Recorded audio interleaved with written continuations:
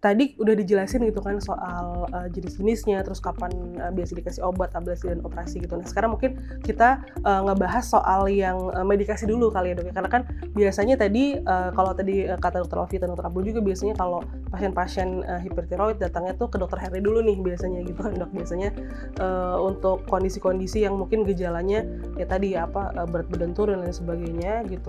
Dia datang nih, pasien datang gitu kan ke Dokter Herni. Nah, itu biasanya dari Dokter Herni sendiri itu, apa aja, Dok? Biasanya medikasi yang diberikan itu jenisnya jenis apa dan, kapan sampai kapan harus minum? Apakah itu kayak harus selalu diminum seumur hidup atau gimana, Dok, biasanya? Ya, terima kasih.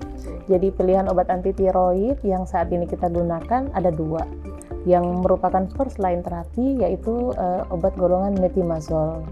Sedangkan yang kedua yaitu golongan propiltiourasil. Nah, metimazol digunakan pada kondisi misalnya pada pasien pertama kali kontrol ke dokter, kecuali kalau ada kondisi khusus yang tidak memungkinkan untuk menggunakan si metimazol tadi, seperti pada kehamilan trimester pertama atau pada kondisi pasien masuk dengan krisis tiroid. Nah, metimazol ini digunakan dalam kurun waktu 12-18 bulan. Kemudian akan diturunkan dosisnya secara bertahap tergantung dari klinisnya, kemudian tergantung dari parameter laboratoriumnya. Oke, tapi berarti medikasi itu sendiri itu tujuannya adalah untuk apa, Dok? Maksudnya apakah untuk, menurunkan hormon tiroidnya atau gimana maksudnya? Jadi tujuannya adalah pertama untuk menekan kondisi hipertiroid. Selain menekan kondisi hipertiroid juga disebutkan bahwa obat-obatan anti tiroid ini mempunyai efek menekan proses autoimun, karena kebanyakan dari penyakit hipertiroid yang tadi disebutkan lebih dari 80% merupakan suatu penyakit autoimun thyroid disease atau penyakit Graves disease. Jadi selain menekan proses hormon tiroidnya, diharapkan juga hormon tiroid masuk dalam kondisi normal dan juga akan menekan proses autoimunnya. Oke. Nah, tadi 12 sampai 18 bulan. Ya, rata-rata 12 sampai 18 bulan, namun beberapa guideline terakhir menyebutkan bahwa semakin lama pengobatan, angka untuk menjadi kambuh lagi setelah remisi ini jauh lebih kecil. Jadi sebelumnya kita harus pahami dulu nih, ada definisi remisi, definisi relapse, kemudian definisi sembuh. Jadi remisi ini adalah suatu kondisi di mana kadar hormon tiroid di dalam darah normal dalam kurun waktu 12 bulan tanpa menggunakan obat anti tiroid. Nah, kemudian ada relapse. Relapse adalah pasiennya sudah dinyatakan remisi, kemudian dia kambuh lagi. Terus ada yang sembuh. Nah, definisi sembuh ini yang susah. Nanti mungkin dari Dokter Abdul dan Dokter Alvita bisa menjabarkan kapan kita katakan sebagai kondisi yang sembuh dari hipertiroid. Kalau sudah masuk dalam kondisi remisi, pasien tetap dilakukan monitoring. Paling nggak dilakukan pemeriksaan hormon tiroid setiap 3 bulan dalam kurun waktu 1 tahun pertama. Oke, Dok, tadi itu kan obatnya berarti kan harus diminum secara rutin gitu kan, Dok, ya. Nah, kalau misalnya pasiennya ternyata dia nggak patuh nih minum obat gitu. Nah, apakah itu kemudian medikasi harus ngulang dari awal atau kayak bisa lanjut aja gitu? Dilanjutkan aja. Untuk kepatuhan pasien juga akan mempengaruhi keberhasilan pengobatan.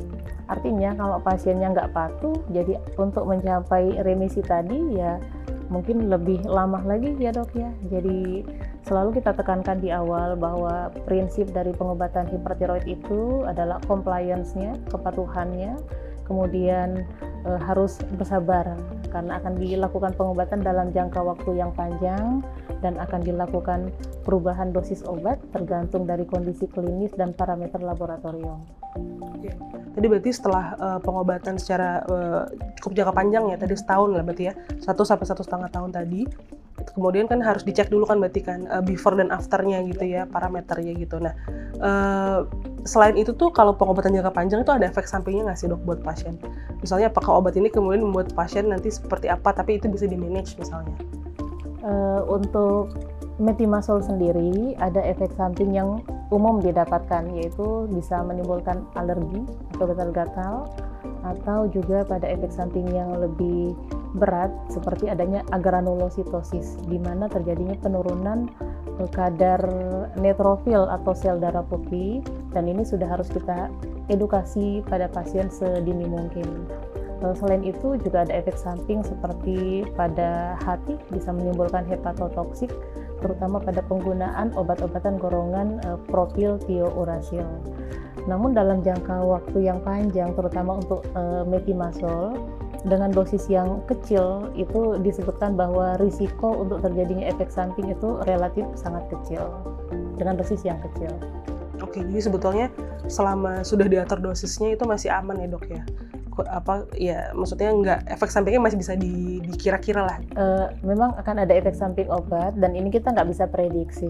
Jadi perlu dilakukan edukasi yang sebaik mungkin pada saat kita memulai pengobatan.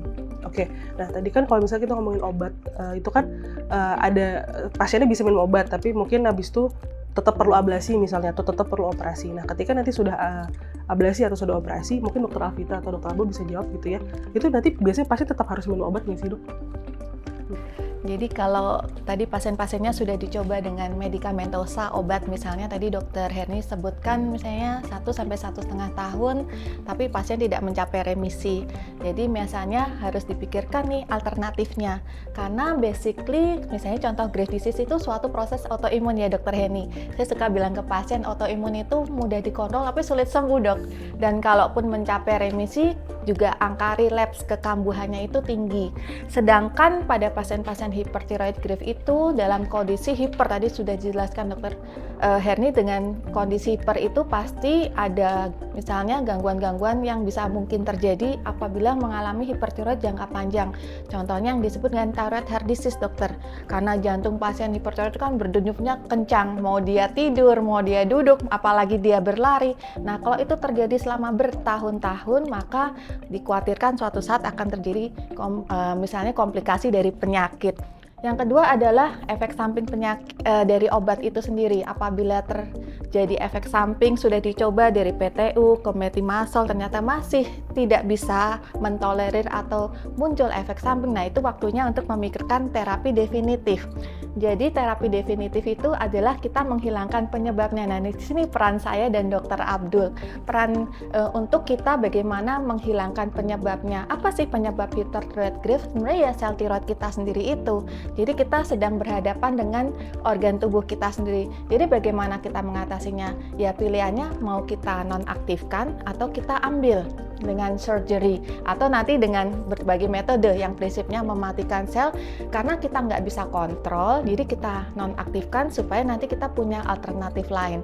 Nah di hipertiroid ini kan tadi nggak cuma Graves dok, tapi misalnya beberapa jenis nodul nih. Nah biasanya dokter Herni selain memeriksa secara fungsional dari lab, dia juga akan melihat secara struktural, misalnya dengan pemeriksaan USG. Kalau dia non-toksik, oh ternyata pembesaran, biasanya kalau Graves disease tuh diffuse, membesar diffuse. Tapi kalau ada nodul, kita ngomongnya mungkin dia Graves disease tapi dia juga ada nodul dengan komponen nodosa, atau mungkin dia bukan Graves disease tapi dia memang murni nodul. Kan kita bisa periksa misalnya dari pemeriksaan laboratorium ya dokter Herni, misalnya pemeriksaan TRAB atau anti TPO.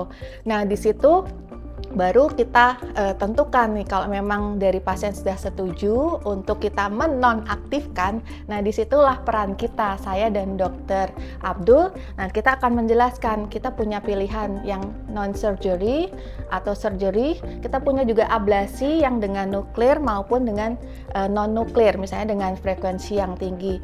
Nah untuk kami sendiri di kedokteran nuklir biasanya kalau memang ada tanda-tanda hipertiroid dengan nodul atau Graves disease, kita akan lakukan pemeriksaan skintigraphy dulu dok. Skintigraphy tiroid atau tiroid scan. Yang pertama adalah menilai tiroid uptake. Tiroid uptake adalah menggambarkan seberapa fungsi dari kelenjar tiroid. Kemudian kita juga menilai apabila ada nodul, ini nodulnya berfungsi nggak, hiperfungsi nggak, atau jangan-jangan ini juga tidak jarang ya dokter ya, dia punya dua penyakit yang berbeda dok. Dia punya Graves disease dan dia punya nodul. Nodul ini bisa jinak atau bisa ganas. Nah kalau di tiroid scan itu kita temukan ternyata nodulnya kita sebut dengan kode nodul tidak menangkap atau tidak uptake. Nah kita harus berpikir ini kenapa kok nggak uptake, ada yang berubah sifat. Nah itu sebagian kecil juga ternyata kemungkinannya adalah malignansi atau keganasan. Nah, tadi yang seperti disebutkan oleh Dr. Abdul, kita biopsi dulu, kita pastikan bukan keganasan, maka kita baru bisa lakukan terapi ablasi. Dan terapi ablasi mungkin yang belum pernah tahu ya, bukan ditembak, di laser ya, dibom bahkan. Hanya kita meminum suatu radiofarmaka yang disebut dengan yodium radioaktif, dokter. Bisa bentuk cairan, bisa bentuk kapsul, dan ini bukan yang harus dirawat di ruang isolasi berhari-hari itu, dok. Kebanyakan pasien, saya takut nanti harus dikunciin atau diisolasi. Bukan. Setelah terapi pasien boleh pulang. Dan nanti kita akan berikan edukasi proteksi radiasi yang sebenarnya kalau kita perbolehkan pulang artinya paparan radiasinya kecil. Kalau enggak pasti kita enggak perbolehkan pasien pulang. Dan ini juga relatif aman dan kita bisa sesuaikan sebenarnya. Kita mau tutup pabriknya itu seberapa. Kalau kita mau tutup pabrik semuanya, ya kita tinggal berikan dosis besar. Kalau kita mau tutup sebagian, kita berikan dosis kecil-kecil, artinya mengurangi produksi. Kalau mau masif, nanti sambil didampingi oleh dokter Herni. Tapi kalau misalnya nodulnya itu ternyata mencurigakan suatu keganasan, nah ini saya rujuk ke dokter Abdul gitu. Oke, jadi berarti kalau yang dioperasi tuh yang hanya yang mengarah ke keganasan atau sebetulnya enggak juga? Jadi kalau kita tiroid itu kan tadi yang dikatakan ada kelainan fungsi sama kelainan anatomi ya. Jadi kalau kelainan fungsinya itu bisa di hipertiroid atau hipotiroid ya. Dari yang nodul aja yang bukan hipertiroid karena autoimun itu hanya dikatakan 5-15% tuh yang ganasnya. Nah, hipertiroid makin lebih kecil lagi nih, tadi dikatakan ada yang mengatakan 10, ada yang mengatakan 6 gitu kan. Nah, tapi kembali lagi bahwa yang paling penting adalah tahu nih kapan kita lakukan operasi. Kalau untuk hipertiroid, jujur saja nih lebih banyak ke arah ke dokter Herni dan ke dokter Vita tentunya. Karena memang tidak mudah melakukan tindakan operasi pada pasien-pasien yang dengan hipertiroid gitu loh. Kenapa itu? Yang pertama adalah pabriknya nih selnya itu besar-besar nih gitu loh. Misalkan gampang lah gitu loh. Karena bukan masalah operasinya tapi berefek pada saat operasinya gitu loh.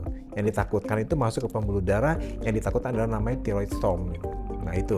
Nah kalau itu terjadi, kalau misalkan kita lakukan tindakan operasi, nah itu biasanya tidak mungkin saya mengajak dokter yang lain. Contoh misalkan nih dokter jantung untuk mendampingi. Kadang-kadang dokter anestesi juga agak-agak keder juga nih gitu, karena berhubungan dengan ke jantung ke sana gitu loh. Nah yang kedua adalah dia rapuh gitu loh kalau dia hipertiroid itu. Makanya kalau misalkan syukur-syukur sih dia udah bagus ya dok ya. Misalkan pasien juga merasa lelah untuk minum obat, tapi kalaupun diambil tiroidnya juga dia tetap akan minum obat gitu loh. Akan sama minum obat juga. Cuman mungkin bisa jadi tadinya dia kurus menjadi agak lebih gemuk misalkan seperti itu. Nah, cuman yang ingin saya sampaikan juga di sini bahwa perlukah CT scan di sini? Kadang-kadang kan ada sejawat yang udah nih dok, saya minta CT scan nih pasiennya gitu loh, MRI lah apa segala macam. Tiroid itu simple banget gitu loh. Dalam arti kata dengan USG aja kelihatan itu nodulnya bagaimana gitu loh. Nggak perlu dengan CT scan. CT scan ada tempatnya. Contoh misalkan dia ada infiltrasi ataupun dia masuk intratorakal, itu pun hanya 5% gitu loh. Jadi kembali lagi tidak semua tiroid harus dilakukan CT scan atau MRI gitu. Itu hanya kasus-kasus tertentu. Karena kan dokter Hani ada USG di poliklinik gitu kan, dokter Alvita kan cukup dengan USG gitu loh. Kalaupun kita mau FNAB atau FNA itu wajib hukumnya pakai guiding dengan USG. Nah, kapan tadi tindakan untuk operasi ya tadi fungsinya kah nggak beres, tidak bisa balik ke normal gitu kan, tentunya harus kolaborasi dulu kapan timingnya, yang penting itu. Yang kedua kalau misalkan dia ada hipertiroid tapi dengan nodul kecurigaan ganas, kalau nggak ganas dia remisi ya udah biarkan saja, nggak usah dioperasi juga nggak apa-apa gitu. Oke, tapi berarti ketika misalnya dia harus dioperasi gitu ya, tadi kan mungkin karena ada keganasan, kalau keganasan memang lebih baik diangkat gitu dok ya. Tapi berarti biasanya yang diangkat itu berarti kelenjar tiroidnya diangkat semua gitu dok ya? Iya, karena tidak mungkin. Jadi begini, asumsinya bahwa saya ke organ lain dulu ya, ada batu di empedu, yang diambil bukan batunya, tapi kantong empedunya. Nah, yang kedua, ada batu di ginjal. Yang diambil adalah batunya, bukan ginjalnya. Tapi kalau ada nodul di tiroid, yang diambil adalah tiroid yang ada di sana. kenapa sih seperti itu, apalagi tiroid, hipertiroid gitu loh. Ini yang tadi apabila kita motong ya, kemudian dia pembuluh darahnya masuk ke pembuluh darah, itu kan bunyinya berefek pada yang ditakutkan tadi tiroid storm. Ataupun misalkan kita kan ambil setengah nih, kita ambil hanya nodulnya saja, ternyata di sana ganas misalkan dengan tipe-tipe tertentu, kita harus operasi lagi nih, karena nggak mungkin kita kasih ke dokter Alvita untuk ablasi gitu loh. Karena apa? Akan termakan tuh oleh si tiroid yang masih ada di sana gitu loh. Nah, indikasi ablasi kan ada indikasinya gitu loh. Ya. Nah, makanya untuk nodul yang ada dengan hipertiroid itu betul-betul dilihat secara klinis, secara imaging, secara USG, secara FNA, kapan kita harus melakukan tindakan operasi gitu loh. Mungkin pilihannya akan lebih sedikit dibandingkan medikamentosa maupun dengan dokter Alvita di ablasi. Ya yang tadi dikatakan bahwa ablasi itu nggak usah takut gitu loh, jadi harus nginep sendiri, wah takut dia gitu, masih nggak ketemu siapa-siapa, beda gitu, kecuali memang ablasi karena ada cancer, beda gitu loh.